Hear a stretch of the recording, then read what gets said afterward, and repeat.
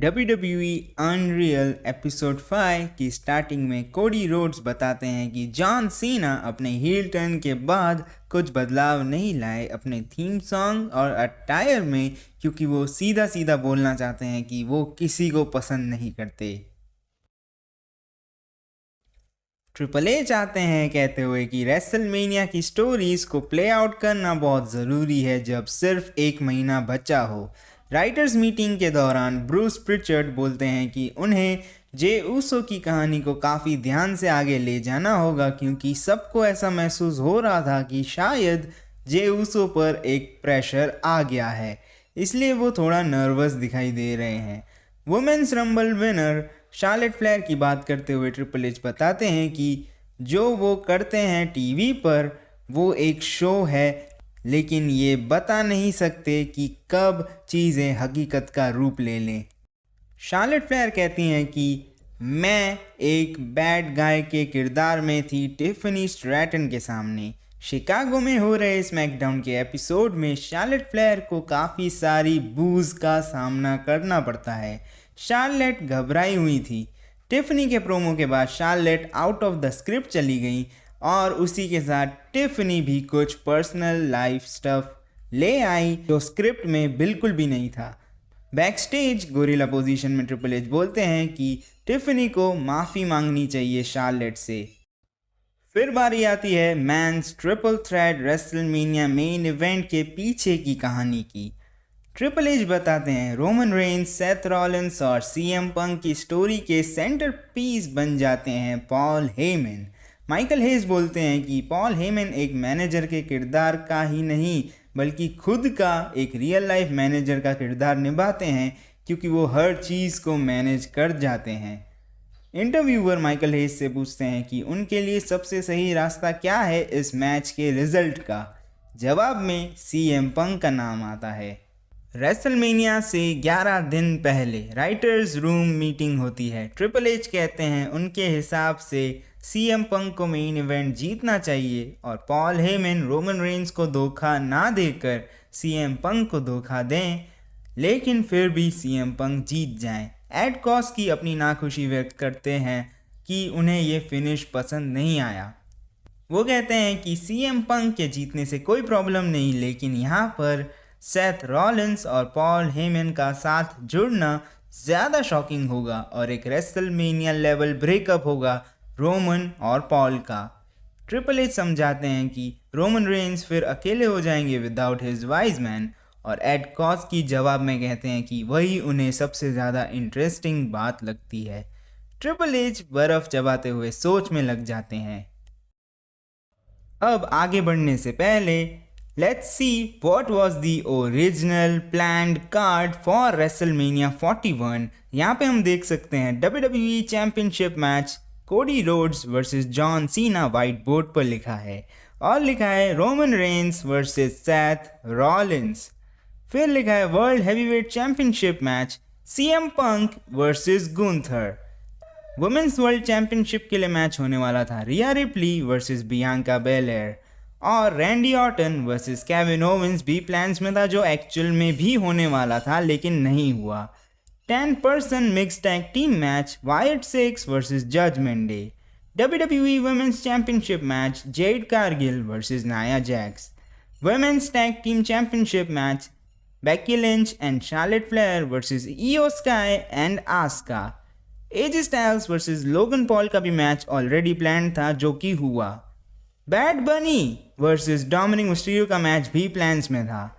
Bron Breakker versus Drew McIntyre का match भी plans में था, जहां पर स्पेशल गेस्ट रेफरी होते स्टोन कोल्ड स्टीव ऑस्टिन, और रे मिस्टीरियो के साथ होने वाले थे ट्रैविस स्कॉट जब रे मिस्टीरियो लड़ते चैड गेबल से, और 2 लैडर मैचेस होने वाले थे। एक होता इंटरकॉन्टिनेंटल चैम्पियनशिप के लिए और एक होता यूनाइटेड स्टेट्स चैम्पियनशिप के लिए। आईसी टाइटल में Jey Uso versus Damian Priest versus Sami Zayn versus Sheamus versus Bronson Reed versus Ludwig Kaiser होता, और यूएस टाइटल में LA Knight versus Jimmy Uso versus Andrade versus Solo Sikoa versus Santos Escobar versus Carmelo Hayes versus Shinsuke Nakamura होने वाला था। लेकिन जैसा कि आप जानते हैं इसमें बहुत सारे चेंजेस आए। और अब शुरू करते हैं आगे का वीडियो। रेसलमेनिया 41 का पहला दिन आता है। सीएम पंक बताते हैं कि कैसे उनके लिए ये एक सपना सच होने जा रहा है जब वो रेसलमेनिया के मेन इवेंट का हिस्सा बनेंगे पहली बार, और कहते हैं कि मौका मिलने से कोई ऊपर तक पहुंचे ऐसा ज़रूरी नहीं, क्योंकि सही से तैयारी और ट्रेनिंग ना करने से नीचे ज़रूर पहुंच सकते हैं। CM Punk, Adam Pearce, Ivar, Charlotte Flair और टाइसन किड मस्ती मजाक करते हुए अपना समय बिताते हैं और फिर बारी आती है रेसलमेनिया की। पहला मैच होता है गुंथर और जे ऊसो के बीच WWE की वर्ल्ड हैवीवेट चैंपियनशिप के लिए। बैक स्टेज में Jimmy Uso, Kevin Owens, Xavier Woods और कोफी किंगस्टन जे ऊसो की कामयाबी के लिए काफ़ी खुश नज़र आते हैं। जे ऊसो जीत जाते हैं अपनी पहली वर्ल्ड चैंपियनशिप और सेलिब्रेट करते हैं अपने जुड़वा भाई जिमी ऊसो के साथ। ट्रिपल एच खुश होते हैं जे ऊसो की परफॉर्मेंस से बैक स्टेज में। नेक्स्ट आता है WWE वुमेन्स चैंपियनशिप मैच, जहां की होता है टिफनी स्ट्रैटन और शार्लेट फ्लेयर के बीच एक बड़ा मैच, और टिफनी का दांत भी टूट जाता है मैच के दौरान, लेकिन वो ये मैच जीत जाती हैं और बैक स्टेज में दोनों एक दूसरे से खुश होते हैं। शार्लेट फ्लेयर कहती हैं कि ये जीत अगर टिफनी स्ट्रैटन को और भी आगे लेकर जाती है तो उनका काम सफल होता है। सीएम पंक अपने फर्स्ट रेसलमेनिया मेन इवेंट के पहले बैक स्टेज में काफ़ी इमोशनल नज़र आते हैं। ट्रिपल एच और सीएम पंक की दोस्ती देखी जाती है और बारी आती है मैच की। हाइलाइट्स आती हैं मैच की और सब के सब बहुत खुश होते हैं जैसा मैच होता है। और बेक्की लिंच बैक स्टेज में माइकल हेज की तारीफ करती हैं, लेकिन सीएम पंक खुश होते हैं कि उन्हें आखिरकार रेसलमेनिया का मेन इवेंट मिला। फिर बारी आती है वुमेन्स के वर्ल्ड टाइटल स्टोरी की। कैसे एक बड़ा टाइटल चेंज होता है रॉ के एपिसोड पर, जहां इयो स्काई हरा देती हैं रिया रिप्ली को और बियांका बेलेयर एलिमिनेशन चेंबर की विनर होती हैं और मैच बन जाता है एक ट्रिपल थ्रेट। रिया रिप्ली बताती हैं कि इस बार वो पैनिक फील नहीं कर रही, और शायद ऐसा इसलिए है क्योंकि वो बियांका बेलेयर और इयो स्काई के साथ NXT में रह चुकी हैं। शुरू होता है रेसलमेनिया 41 का दूसरा दिन women's world championship triple threat match के साथ। बियांका बेलेयर की रेसलमेनिया विनिंग स्ट्रीक हो जाती है ख़त्म जब इयो स्काई ये मैच जीत जाती हैं, और बैक स्टेज में इनके मैच के लिए रिस्पॉन्स बहुत ही ज़्यादा पॉजिटिव देखा जाता है। बियांका बेलेयर की फिंगर पर भी इंजरी हो जाती है। और अब टाइम आता है नाइट 2 ऑफ रेसलमेनिया 41 के मेन इवेंट का। कोडी रोड्स के सामने John Cena for the undisputed WWE championship. John Cena ने अपनी एंट्रेंस को कर दिया black and white. Cody Rhodes कहते हैं कि जब उन्होंने अपने करियर की शुरुआत करी तब जॉन सीना अपने करियर के टॉप पर थे, और अब कोडी रोड्स अपने करियर के टॉप पर हैं जब जॉन सीना का वो मुकाबला करने वाले हैं, वो भी रेसलमेनिया के मेन इवेंट में।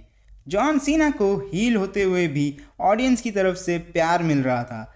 सीना इस पर कहते हैं कि कोडी रोड्स के खिलाफ अगर ऑडियंस उस मैच में चाहे हुई भी क्यों ना हो, लेकिन वो कोडी रोड्स को हारता हुआ देखना नहीं चाहते थे।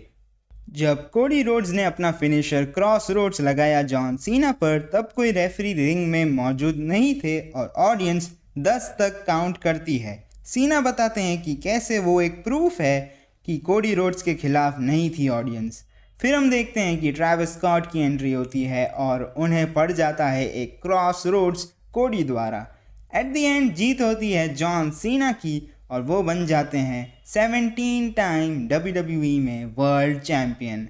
ट्रिपल एच कहते हैं कि जैसी उम्मीद थी वैसा ये मैच रहा, और बोलते हैं कि ये दोनों ही ट्रिपल थ्रेट मैचेस जैसा बिल्कुल भी नहीं होने वाला था।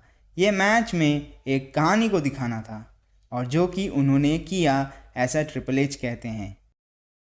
कोडी रोड्स बताते हैं कि WWE में हारना या जीतना मायने रखता है, क्योंकि उससे पता चलता है कि आपकी पोजीशन कहाँ पर है। ट्रैविस स्कॉट बैक स्टेज में कहते हैं कि WWE की दुनिया उन्हें बहुत पसंद है, वो अपना रैपिंग बिजनेस छोड़ के यहाँ आ सकते हैं। ट्रिपल एच कहते हैं मैंने सब सुन लिया और ये मजाक चलता है पीछे, लेकिन आगे होते हैं जॉन सीना अपना आखिरी रेसलमेनिया मैच देने के बाद और कहते हैं कि जब तक कोई यहाँ है वो शो का हिस्सा है और जब कोई चला जाए तब ये शो चलता ही रहता है उसके बिना भी।